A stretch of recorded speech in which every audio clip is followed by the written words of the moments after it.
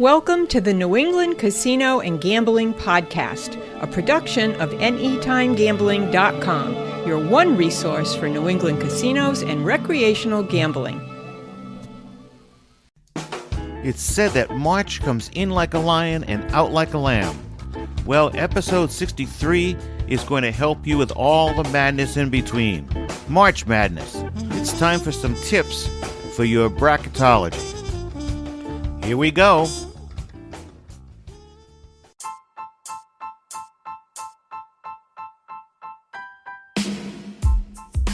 Well, according to Robert Deutsch of USA Today Sports, the one inalienable truth about March Madness is that your bracket, and my bracket, and the overwhelming majority of brackets from coast to coast will very likely implode by the end of the tournament's first weekend.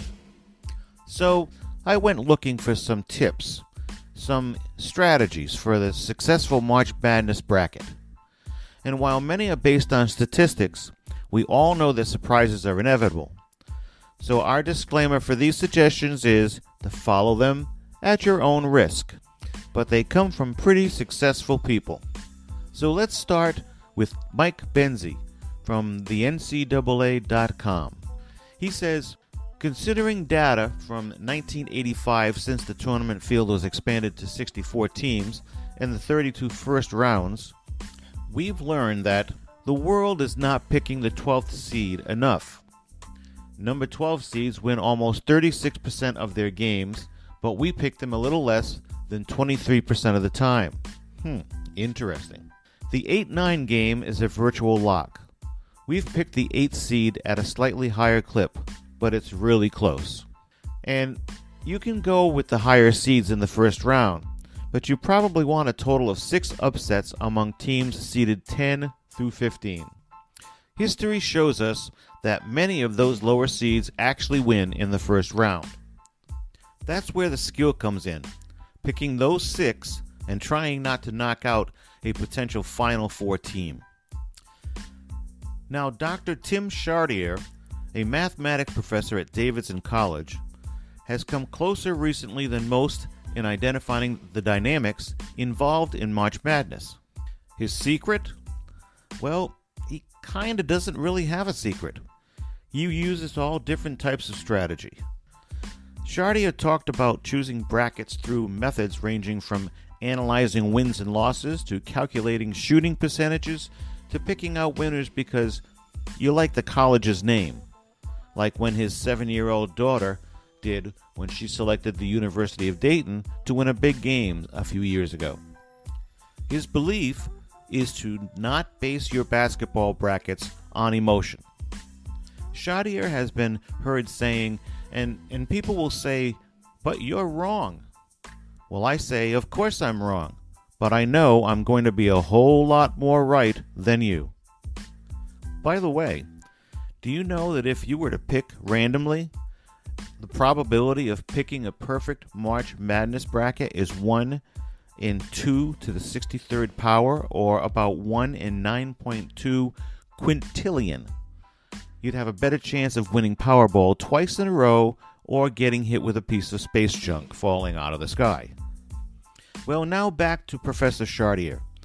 His basic method is simple, weighing the teams based on variables other than their regular season records. One of the worst brackets you can make, he says, is just solely based off winning percentage. Instead, a statistical method might weight the teams ranked based on when the games were played, the challenge of opponents, and the number of points each game was won or lost by. Here are tips from Luke Morris. Luke Morris is staff writer for the Sports Day in Dallas, Texas, and his tips are for winning the pool that you might be a part of. Not necessarily the best bracket or the most perfect bracket, but being able to win your NCAA tournament pool. 1. Know your pool's scoring system. This first step could dictate plenty of decisions throughout your bracket. By knowing whether a pool's scoring system weights upset victories or whether correct pick values multiply with each successive round, you can determine how aggressively you want to play. 2. Easy as 1, 2, 3 usually. Only one champion in the past 15 years has been seated lower than number 3, and that was UConn in 2014 at number 7. 3. Look back at non-conference play. Teams with lesser regarded conferences are harder to evaluate. Look back at their non-conference games.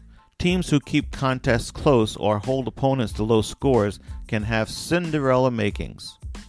4. Advance all 4 seeds at your own risk. The second round slip, number 5, boot one of the number 1 seeds and number 2 seeds out of the round of 32. At least one of each has dropped out in that round since 1996. And finally, conferences to avoid. Here's a warning for those tempted to pick a Big Ten or Pac-12 school as a champ. Those 2 major conferences have not produced a national champion over the last 16 years. Hey, have you been taking notes? There's a lot of good stuff here, you know. Well, you can always listen to this again and also share it with your friends. So if you didn't take notes, listen to this again and share them with your friends. Finally, here are 4 quick tips to help your bracket. Tip number 1. It's important to pick 50 games correctly. Tip number 2. It's all about the national championship game. Tip number 3. Work the Elite 8 and the Final 4. If you end up with 7 out of 8 in the Elite 8 and you have all 4 Final 4 teams, you're really looking good to win that bracketology. And finally, tip number 4, don't stress the early rounds.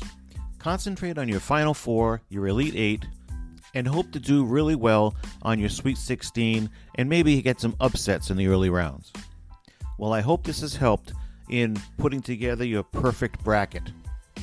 Well, I hope to see you again next Wednesday when we hope to have another guest for you, and enjoy watching all those tournament games this coming week and weekend. Oh yeah, one final note. You're not a traitor if you pick against your alma mater.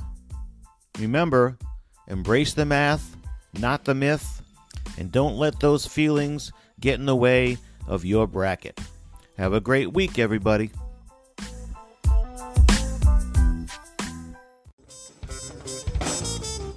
Thanks for listening. If you enjoyed this episode, please share it with others and post about it on social media. You can follow me on Twitter at Anytime Gambling, on Facebook at both AnytimeGambling.com, and by following me, Robin Aubin. And don't forget our website called, well, what do you think? AnytimeGambling.com. Remember, the NE stands for New England. And as we say at NETG, embrace the math, not the myth. Thanks again, and I'll see you next time.